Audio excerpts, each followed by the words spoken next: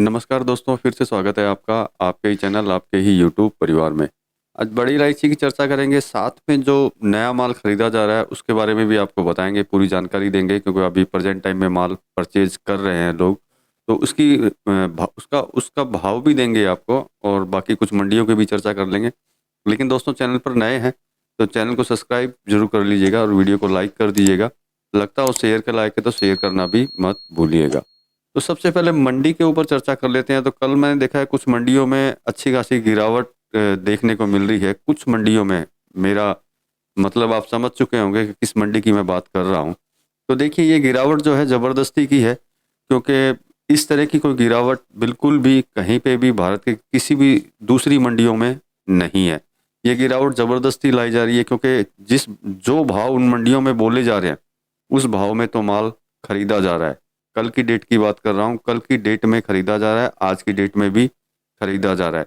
मतलब कि खरीदी इतनी महंगी हो चुकी है कि हम लोग सोच नहीं सकते कि किसी भी तरीके से कोई करेक्शन या मंदी इसके अंदर आ सकती है। तो मेरे हिसाब से आपको घबराने की ज़रूरत बिल्कुल भी नहीं है। उस करेक्शन को, ये जो आप लोगों के यहाँ करेक्शन आया है और जो वहाँ मंदी देखने को चल रही है, जो नीचे की साइड में आपके भाव गए हैं, तो आप बिल्कुल भी निश्चिंत रहिए कि वो ज़्यादा दिन इसको रोक नहीं सकते, क्योंकि जो भाव में माल लिया जा रहा है वो आप सोच भी नहीं सकते हैं। क्योंकि जिस रेट के अंदर माल लिया जा रहा है, तो मैंने आपको पहले भी बोला था कि माल अगर आएगा और ख़रीदी होगी तो दोबारा तेज़ी इसके अंदर आनी ही है। कारण कि मैं कल की बात बोलता हूँ, आसाम के अंदर जो थोड़ा बहुत माल जो बचा है, बहुत माइनर माल, उस माल, पहली बात तो माल मिलना मुश्किल, और दूसरा जो माल मिल रहा है वो 1150 से 1200 के बीच में। मतलब किसान इससे नीचे माल देना ही नहीं चाहता। अगर उनसे बात करें तो यही बोलेगा कि अगले साल आना, अगले साल आकर के लेके जाना। तो मतलब कि जब 1150-1200 रुपये के अंदर माल, किसानी माल खरीदा जा रहा है, तो आप कैलकुलेशन लगा सकते हैं कि जब किसानी माल जब इस रेट के अंदर है तो वो पूरा तैयार होकर के किस रेट के अंदर होगा। तो हमें तो किसी भी साइड से, किसी भी एंगल से ना, परचेजिंग के अंदर कहीं पे भी, परचेजिंग को देखते हुए और बाज़ारों को देखते हुए कहीं पे भी कोई मंदी या करेक्शन दिखाई नहीं दे रहा है। उसके बाद में भी कहीं करेक्शन आ रहा है और मंदी लेके मंदी लाई जा रही है, तो मतलब कि वो फर्जी की मंदी हुई, किसी तरह की कोई मंदी नहीं है।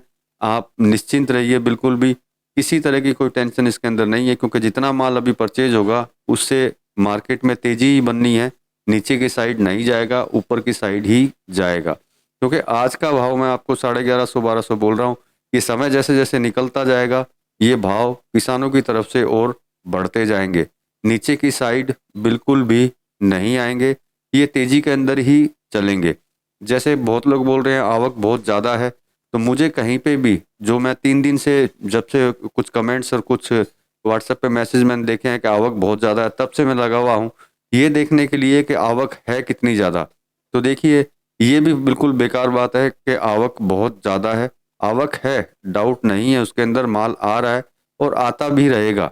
लेकिन जिस भाव में खरीदा जाएगा, जिस भाव में लेकर के बाजार में वो माल उतरेगा, उस चीज़ को अगर हम लोग देखते हैं तो आवक कितनी भी आए उसमें करेक्शन नहीं आएगा, मंदी उसमें नहीं आएगी, क्योंकि परचेजिंग इतनी हाई हो रही है कि जिसके कारण जितना माल आएगा उतना ही मार्केट तेज होता चला जाएगा।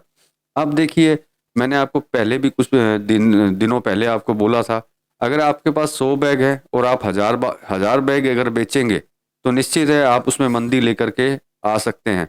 लेकिन अगर मेरे पास 100 ही बैग है और 100 ही मुझे बेचने हैं तो मैं मंदी नहीं लेके आ सकता।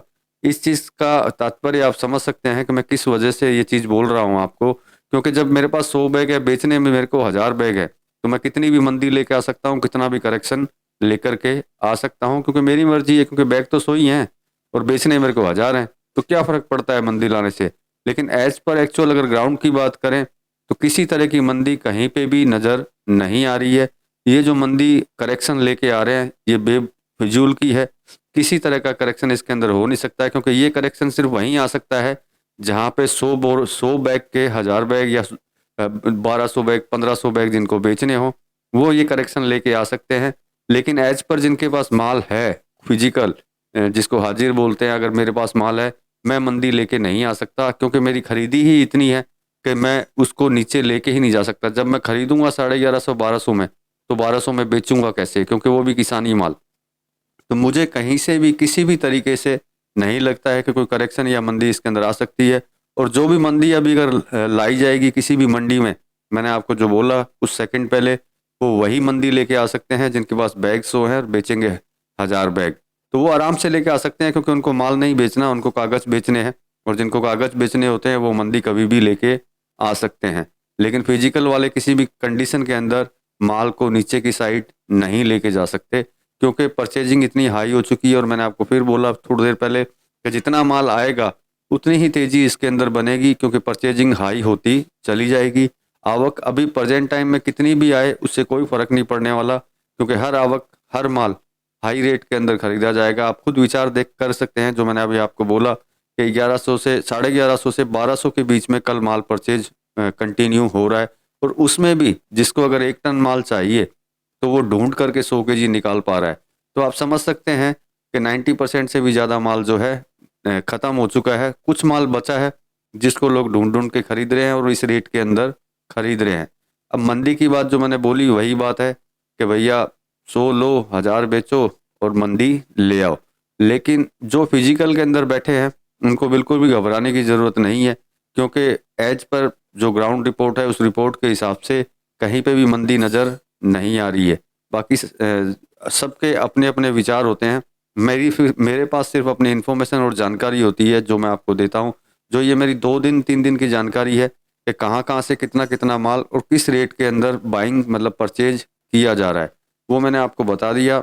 अब भाव की बात करते हैं तो सिलीगुड़ी में तो सेम ही भाव है, लेकिन गुवाहाटी वापस तेज़ी की तरफ जा रहा है। जो मुझे लग रहा है जिस हिसाब से आसाम में माल खरीदा जा रहा है, आसाम में जल्दी ही 1300 से 1400 के बीच में ये जा सकता है।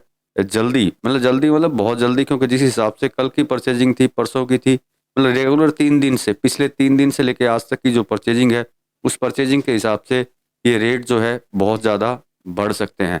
अब आपको भाव दे देते हैं सिलीगुड़ी के। सबसे पहले तो नेपाल टॉप जेजे की बात करें तो 1310 है, एक्स्ट्रा बोल्ट की बात करें 1460 और दाने की बात करें तो 1700। मतलब कल भी यही था और आज भी यही है। अब गुवाहाटी की अगर बात करते हैं तो गुवाहाटी में जेजे 1200 गया है, एक्स्ट्रा बोल्ट की बात करें तो 1370 और दाने की बात करें तो 1500 रुपये। मतलब कि गुवाहाटी तेज़ी की तरफ बढ़ना चालू हुआ है। जो मुझे लग रहा है कि जिस हिसाब से माल परचेज हो रहा है, ये जो तेज़ी है ये 2-4 दिन के अंदर और ज़्यादा तेज़ी के अंदर तब्दील हो सकती है। और आप बिल्कुल भी ना घबराएं। जिस मंडियों में ये करेक्शन लाया जा रहा है उसका कारण मैंने आपको बता ही दिया। तो इस करेक्शन से बिल्कुल भी ना घबराएं। इसके अंदर सिर्फ घबराएंगे दिल्ली वाले जो हाजिर वाले हैं, उनके किसी तरह की कोई प्रॉब्लम इसमें नहीं आने वाली, क्योंकि उनको कुछ ना कुछ इसके अंदर मिलना ही है। तो चलिए दोस्तों, मिलेंगे अगले वीडियो में अगले भाव या अगली कोई इन्फॉर्मेशन जानकारी के साथ में। तब तक के लिए धन्यवाद।